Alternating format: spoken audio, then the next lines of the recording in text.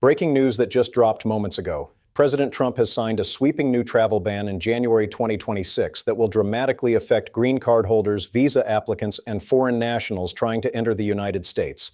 If you're currently outside the U.S. with a valid visa or green card, if you have family members abroad trying to visit or immigrate, or if you're planning international travel in the coming months, this executive order could completely disrupt your plans and put your immigration status at serious risk. This isn't speculation or rumor. This is official policy that takes effect immediately. And if you don't understand the details and take the right precautions, you could be denied entry at the airport, have your visa canceled, or even face deportation proceedings. Don't skip any part of this video because every detail I'm about to share could be the difference between entering the United States safely or being turned away at the border. Welcome back to U.S. Immigration Intel, your most trusted and reliable source for breaking immigration news, visa updates, policy changes, and everything you need to know about traveling to, living in, and working in the United States. I'm here with U.S. Immigration Intel, and today we're covering what is undoubtedly the most significant immigration development of 2026 so far.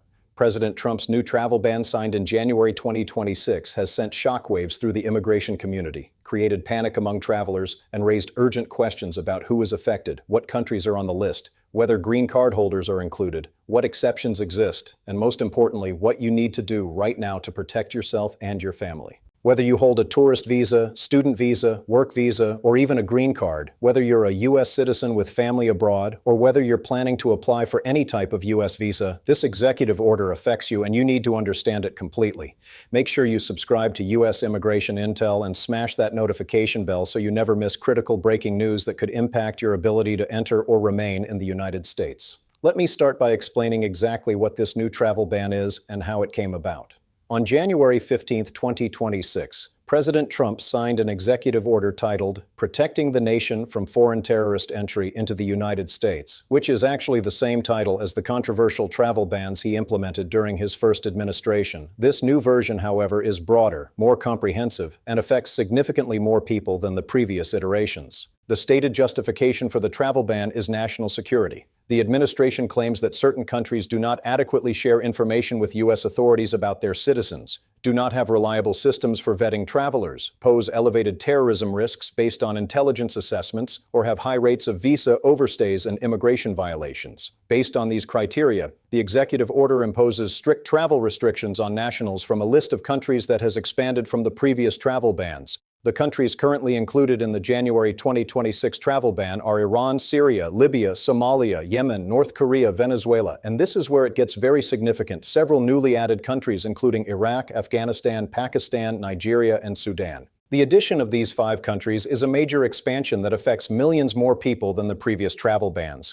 The restrictions vary by country, but generally include suspension of immigrant visas, meaning people from these countries cannot get green cards through family sponsorship, employment, or diversity lottery, suspension or severe limitation of non-immigrant visas, including tourist visas, business visas, student visas, and temporary work visas.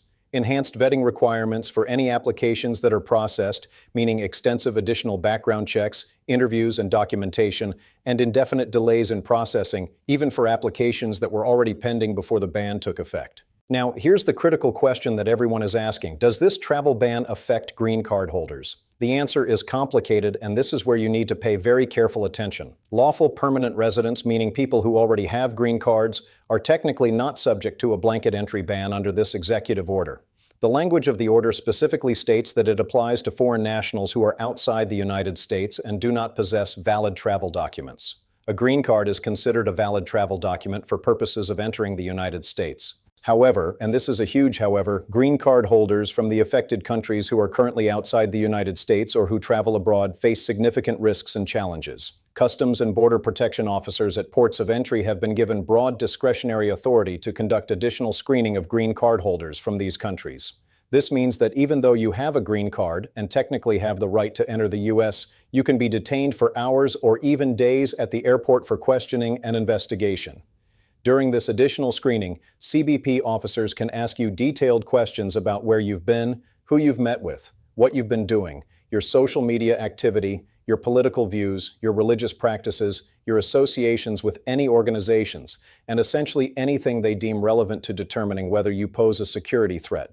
If CBP is not satisfied with your answers, or if they find anything they consider concerning in their databases, on your electronic devices, or in your responses, they have the authority to deny you entry, even with a valid green card. This is done through a process called expedited removal, or through placing you in removal proceedings. While you have the right to see an immigration judge eventually, you could be detained for an extended period while this process unfolds. Even if you're ultimately allowed to enter, you could be placed under additional monitoring, required to check in regularly with immigration authorities, or have restrictions placed on your ability to travel in the future. For green card holders from the affected countries, the practical advice is clear and urgent. If you are currently in the United States, do not leave unless absolutely necessary. International travel, even for emergencies, carries significant risk of being denied re-entry or facing extended detention and questioning. If you absolutely must travel abroad, consult with an experienced immigration attorney before you leave to assess your specific risks and prepare documentation to support your re-entry. Gather extensive documentation proving your ties to the United States, including employment letters, property ownership documents, tax returns, children's school enrollment, family relationships, community involvement, and anything else showing you are firmly established in the U.S. Be prepared for intensive questioning and remain calm, respectful, and honest with CBP officers. Do not lie or provide false information, as this can result in permanent inadmissibility. Consider applying for U.S. citizenship if you are eligible, which typically requires having had your green card for 5 years or 3 years if married to a U.S. citizen. U.S. citizens cannot be denied entry to the United States, so naturalization provides complete protection from these travel ban issues. Now let's talk about how this travel ban affects people who are trying to get visas or green cards. If you are a national of one of the affected countries and you are outside the United States, your ability to obtain any type of visa or green card is severely restricted or completely blocked. Immigrant visa cases that were already in process, including family-based petitions where U.S. citizens have sponsored their spouses, parents, or children, and employment-based green card applications are being placed on indefinite hold. U.S. consulates in the affected countries have suspended visa interviews and are not issuing visas except in extremely rare cases involving national interest waivers. Non-immigrant visa applications for tourism, business, study, or temporary work are also being denied in most cases. The only exceptions are for individuals who can demonstrate they qualify for a waiver. The executive order does include a waiver provision, but the criteria are extremely narrow and difficult to meet. To be granted a waiver, you must demonstrate that denying your entry would cause undue hardship to a U.S. citizen or lawful permanent resident, that your entry would be in the national interest of the United States, or that you do not pose a threat to national security. In practice, very few people are able to meet these standards. Undue hardship is interpreted very strictly. The fact that a U.S. citizen's spouse misses their foreign spouse, or that being separated from family is emotionally difficult, does not qualify as undue hardship under the government's interpretation. What might qualify is if a U.S. citizen child has a serious medical condition and needs the care of their foreign parent, or if a U.S. citizen is severely disabled and requires the assistance of their foreign family member who has specialized skills. National interest is also interpreted narrowly. It might apply to a medical researcher working on critical health issues, a person with unique expertise needed for national defense, or similar extraordinary circumstances. If you believe you might qualify for a waiver, you need to work with an immigration attorney to prepare a comprehensive application with extensive supporting documentation. These waiver applications are reviewed at the highest levels of the Department of Homeland Security and the State Department, and the approval rate has been extremely low, reportedly less than 5% of applications. Even if approved, the waiver only grants permission for that specific entry or visa, not permanent exemption from the travel ban. The entire process can take many months, meaning even if you qualify, you face significant delays. For people from affected countries who are already in the United States on non-immigrant visas like student visas or work visas, the situation is also precarious. If you leave the United States for any reason, including going home for a family emergency, attending a wedding, or even taking a vacation, you may not be able to return, even though your visa is still technically valid. Consular officers abroad are denying visa applications and refusing to issue new visas to people from banned countries, even if they previously held valid visas. This means if you're an international student from one of these countries and you go home for winter break or summer vacation, you might not be able to come back to finish your degree. If you're on a work visa and travel abroad for business, you might not be able to return to your job. The recommendation for anyone from an affected country who is currently in the U.S. on a temporary visa is the same as for green card holders. Do not leave the United States unless absolutely necessary. Understand that if you do leave, you may not be able to return regardless of your valid visa. Consult with an immigration attorney before making any travel decisions and consider whether there are options to adjust your status to something more secure, such as applying for a green card if you're eligible through marriage, employment, or another pathway. Let's discuss the impact on U.S. citizens who have family members in the affected countries. Many Americans have spouses, parents, children, or siblings who are nationals of countries on the banned list. These U.S. citizens filed petitions to bring their family members to the United States legally, waited months or years for approval, and were on the verge of reunion when this travel ban was implemented. Now their cases are frozen indefinitely.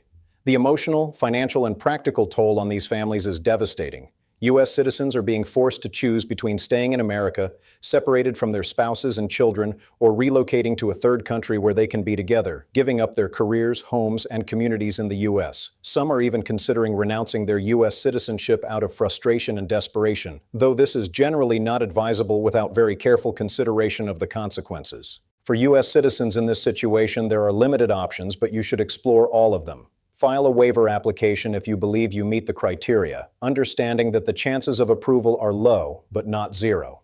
Contact your congressional representatives and senators, as they have constituent services offices that can sometimes intervene in immigration cases, request information, and apply pressure on agencies to review cases. Join advocacy organizations that are fighting the travel ban legally and politically, such as the American Civil Liberties Union, the National Immigration Law Center, Muslim advocates, and others that are bringing lawsuits and lobbying for change. Document everything about your case, your family situation, and the hardship being caused, as this could be valuable if the policy changes or if you're able to pursue legal remedies. Consider temporary solutions such as meeting your family members in third countries that aren't subject to the ban, though this is expensive and logistically challenging. Stay informed about legal challenges to the travel ban, as courts may issue injunctions or rulings that create opportunities. Speaking of legal challenges, multiple lawsuits have already been filed, challenging the January 2026 travel ban on various legal grounds. Previous versions of Trump's travel bans during his first administration went all the way to the Supreme Court, which ultimately upheld them in a controversial 5-4 decision. However, legal advocates argue that this new expanded version is different and more vulnerable to legal challenge because it includes countries like Pakistan and Nigeria that have large populations, significant diplomatic and trade relationships with the U.S., and substantial numbers of people with family ties to America. The litigation will take time, potentially months or years, to work through the court system. There may be temporary injunctions that pause implementation of parts of the ban while cases are being decided. It's important to follow these legal developments closely because they could create windows of opportunity for people to apply for visas or enter the country. Now let me address some specific scenarios and questions that many of you are probably wondering about. First, what if you have a visa interview scheduled at a U.S. consulate in one of the banned countries? If your interview is scheduled for a date after the travel ban took effect, it will almost certainly be canceled and you will receive a notification from the consulate. You should not travel to the consulate for an interview unless you receive confirmation that it's still scheduled. Even if you attend, you will likely be told that visas cannot be issued under current policy. Keep all documentation of your case and stay in contact with the National Visa Center or the consulate for updates. Second, what if your visa was approved but not yet issued when the ban took effect? Unfortunately, approved visa applications do not guarantee that the visa will actually be issued. Consular officers have the authority to refuse issuance based on new policy directives. Many people in this situation have had their approvals revoked or placed on indefinite administrative processing. You should contact the consulate for clarification on your specific case, though you may not receive a satisfying answer. Third, what if you're from a banned country, but you've been living in a third country for many years and have permanent residence there? The travel ban is based on nationality, not country of residence. Even if you've lived in Canada, the UK, or another country for your entire adult life, if you hold citizenship of a banned country, you're subject to the restrictions. Some people in this situation have been able to obtain visas by demonstrating their long-term ties to the country where they reside, but it's not guaranteed. Fourth, what if you're a dual citizen of a banned country and a non-banned country? The travel ban allows you to use your non-banned passport to enter the United States. For example, if you're a citizen of both Pakistan and the United Kingdom, you can travel to the U.S. using your British passport without being subject to the ban. However, you must be honest on visa applications and at entry, and U.S. authorities will have records of your other nationality. Using only your non-banned passport doesn't erase your connection to the banned country, and CBP could still question you about it. Fifth, what about refugees and asylum seekers from banned countries? The executive order includes even more restrictive provisions for refugees, essentially suspending the U.S. refugee resettlement program for nationals of the banned countries. Asylum seekers who are already in the United States can still pursue their cases, but they face heightened scrutiny and skepticism. New asylum seekers attempting to enter at the border or apply for asylum from abroad face extreme difficulties. Sixth, does this affect countries not on the list? While the primary restrictions apply to the listed countries, the executive order also instructs federal agencies to review security protocols for all countries and recommend additional countries that should be added to the ban. This means the list could expand in the coming weeks and months, potentially affecting travelers from additional nations. Countries that have been mentioned as under review include Egypt, Lebanon, Bangladesh, and several others. What should you do right now to protect yourself and stay informed? First, if you're from one of the affected countries, assess your current situation honestly. Are you in the U.S. or abroad? What visa status do you have? What are your plans? Second, consult with a qualified immigration attorney immediately if you're affected by the ban. This is not a situation where you should try to handle things on your own or rely on advice from friends or online forums. Immigration law is complex. This executive order is new, and you need professional legal guidance specific to your circumstances.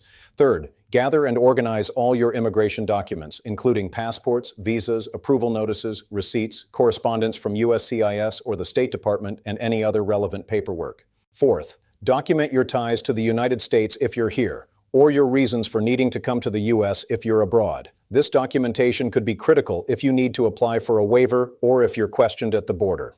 Fifth, stay informed through reliable sources like U.S. Immigration Intel, where we provide regular updates on policy changes, legal challenges, implementation details, and guidance. Avoid relying on social media rumors or unverified information. Sixth, connect with advocacy organizations and support communities. You're not alone in facing these challenges. There are organizations working to help affected individuals and to fight the travel ban legally and politically. Seventh, take care of your mental and emotional health. Immigration uncertainty and family separation cause immense stress and anxiety. Seek support from counselors, religious communities, friends, or mental health professionals. Eighth, if you're a U.S. citizen with family affected by the ban, advocate loudly. Contact your elected representatives, share your story with media, participate in advocacy campaigns, and make your voice heard. Policymakers need to understand the human cost of these policies. This travel ban represents one of the most significant restrictions on immigration to the United States in modern history. It affects millions of people directly and millions more indirectly. The human stories behind the statistics are heartbreaking. Families torn apart. Students unable to continue their education, workers separated from their jobs, elderly parents who may never see their U.S. citizen children again, newlyweds forced to live on different continents, people fleeing persecution who are blocked from safety. At the same time, the administration argues these measures are necessary to protect national security, and that temporary hardship is justified if it prevents terrorism or other threats. Reasonable people disagree about whether this trade-off is appropriate, necessary, or effective. What is not debatable is that the travel ban is now policy. It is being enforced, and people need to understand it and respond accordingly. Looking ahead, several scenarios are possible. The travel ban could be struck down by federal courts as unconstitutional or as exceeding presidential authority, similar to legal challenges that occurred during Trump's first term. The ban could be modified or narrowed in response to diplomatic pressure, economic consequences, or political considerations. Some countries could be removed from the list if they meet certain criteria set by the administration. Additional countries could be added to the list based on ongoing reviews. Congress could pass legislation to limit or overturn the ban, though this would require bipartisan support and would likely face a presidential veto. The administration could implement the ban strictly and indefinitely, making it a long-term reality that people must adapt to. Public pressure and advocacy could influence implementation, leading to more waivers being granted or more flexibility in certain cases. It's impossible to predict with certainty which scenario will unfold, which is why staying informed and prepared is essential. If you found this detailed breakdown of the January 2026 travel ban helpful, please hit that like button and share this video with anyone who needs this critical information. Immigration policies affect real people's lives, and information can make the difference between knowing your rights and making costly mistakes. Subscribe to U.S. Immigration Intel, where we're committed to bringing you breaking news, detailed analysis, and practical guidance on all immigration matters affecting people trying to come to or stay in the United States. Turn on notifications so you're immediately alerted when we publish updates on this travel ban or other urgent immigration news.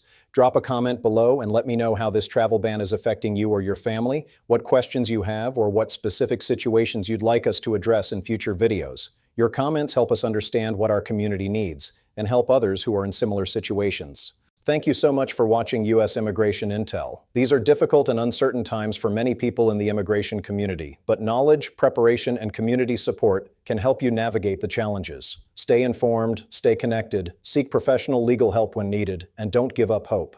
Immigration laws and policies change, courts intervene, advocacy makes a difference, and situations that seem impossible today may have solutions tomorrow. Take care of yourself and your loved ones, and I'll see you very soon in the next update on U.S. Immigration Intel, where we'll continue covering this story and all the immigration news you need to know.